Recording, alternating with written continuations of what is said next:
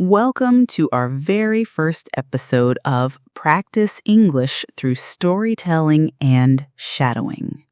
This series is designed to help you improve your English listening, speaking, and comprehension through powerful, emotional stories told in simple, clear English. Today's story is a heartfelt one about a girl who lost her parents too soon and grew up with the dream to fight for justice by becoming a lawyer. As you listen, I want you to do more than just hear the words. Shadow the story. That means repeat after me. Try to say each sentence exactly the way I say it. Same tone, same pace, same emotion. You can listen to the story first, then go back and shadow each paragraph. This method is powerful for improving your fluency, pronunciation, and confidence in speaking English. Let's begin. I was only 8 years old when I lost my parents. It happened on a quiet autumn evening. I still remember the way the wind blew through the trees outside our little house. The leaves danced in the air like they were trying to warn us of something terrible coming. My mom had just made dinner. Chicken soup, my favorite. My dad was sitting by the fireplace reading the newspaper. It was a normal, peaceful night. Until it wasn't. We heard a loud knock at the door. It wasn't a friendly knock. It was sharp and urgent. My father stood up quickly. My mother gave me a look. One I'll never forget. A look of fear. Within seconds, the front door burst open. 2 masked men stormed into our home. I hid behind the couch, frozen with fear. The last thing I heard was my mother's scream and the sound of something breaking. I never saw my parents again. I was found hours later by our neighbors. The police came, but no one was arrested. They said they had no leads. Just like that, my parents were gone, and no one was going to do anything about it. That night changed my life forever.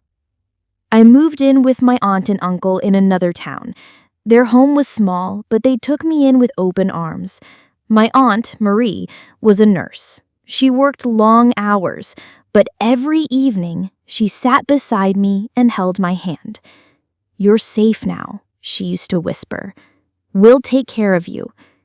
But I never felt safe. I felt angry. I felt confused. Most of all, I felt helpless. I kept asking questions. Why did this happen? Who did this? Why is no one doing anything? But no one had answers. That's when I decided, when I grow up, I will be the one who fights for people like my parents. I will become a lawyer. I will make sure the voiceless are heard. I will make sure that justice is not just a word people say, but something real. Growing up wasn't easy. My aunt and uncle weren't rich. We lived in a small apartment above a grocery store. I had to share a room with my cousins. Sometimes I cried at night, holding my mother's old scarf, remembering the smell of her perfume. But every morning, I woke up and reminded myself, I will be a lawyer. At school, I was quiet at first. I didn't speak much. I had a lot of pain inside. But one day, my teacher, Miss Carter, gave us an assignment. Write about your dream job. I wrote, I want to be a lawyer because I want to help people who are hurting. I want to make sure no one gets away with hurting others. Miss Carter called me after class. You have a powerful voice, she said. Don't ever be afraid to use it. Those words stayed with me. High school was hard. My classmates had money. Some drove cars to school. I walked. Sometimes I didn't even have lunch. But I had books. I loved books. I spent hours in the library reading about court cases, justice systems, and lawyers who changed the world. I studied people like Ruth Bader Ginsburg and Thurgood Marshall. I wanted to be like them. I joined the debate club. My first time speaking, my hands were shaking. My voice cracked. But I didn't stop. I practiced every day, at home, in front of a mirror, even while washing dishes. My aunt noticed. "You're not the same quiet girl anymore," she said one evening, smiling. "You have fire in you now." That fire kept me going. I applied for a scholarship to study law at a university in the city. The day the letter came, my hands trembled. "Congratulations," it said. "You've been accepted." I screamed. I cried. My aunt cried too. We held each other for a long time. University life was a new world. Big buildings, busy streets, people everywhere. At first, I felt small again, like that scared little girl behind the couch. But I reminded myself why I was there. Law school was tough. Long lectures, heavy books, endless case studies. But I loved it. I loved how every word had power. I loved learning how the system works. Still, there were days I wanted to give up. Days when I thought, I'm not smart enough. I don't belong here. One day, after failing a mock trial, I sat on the stairs outside the lecture hall, crying. My classmate, James, sat beside me. "You know why I think you'll make a great lawyer?" he said. "Why?" I sniffed. "Because you care too much not to." That reminded me, my pain had a purpose. Years passed. I studied hard. I worked part-time in a law office. I helped real people with real problems. I wrote legal documents, attended court sessions, and learned how to ask the right questions. The day of my graduation came.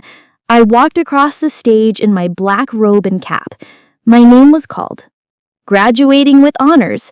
I heard my aunt's voice in the crowd, cheering. I looked up and felt tears fill my eyes. I had made it. I had done it for my parents, for that little girl who once hid behind the couch, for every person who never got justice. I passed the bar exam on my first try. Now I work in a legal aid center. I help people who can't afford a lawyer. I sit with them, I listen, I speak for them. Sometimes I still think about that night, the night I lost everything. But I also think about how that night lit a fire in me. Today, I want you to know this. Pain can become purpose. Justice is not perfect, but we must keep fighting for it. You are stronger than you think, and dreams don't always come easy, but they are always worth chasing. Thank you for listening to this story. Now it's your turn to shadow the story. Go back to the beginning and listen again, sentence by sentence. Pause after each sentence and repeat out loud. Try to match my tone, rhythm, and feeling. Do this as many times as you can. The more you practice, the better your English will become. You'll improve your fluency, pronunciation, and most importantly, your confidence.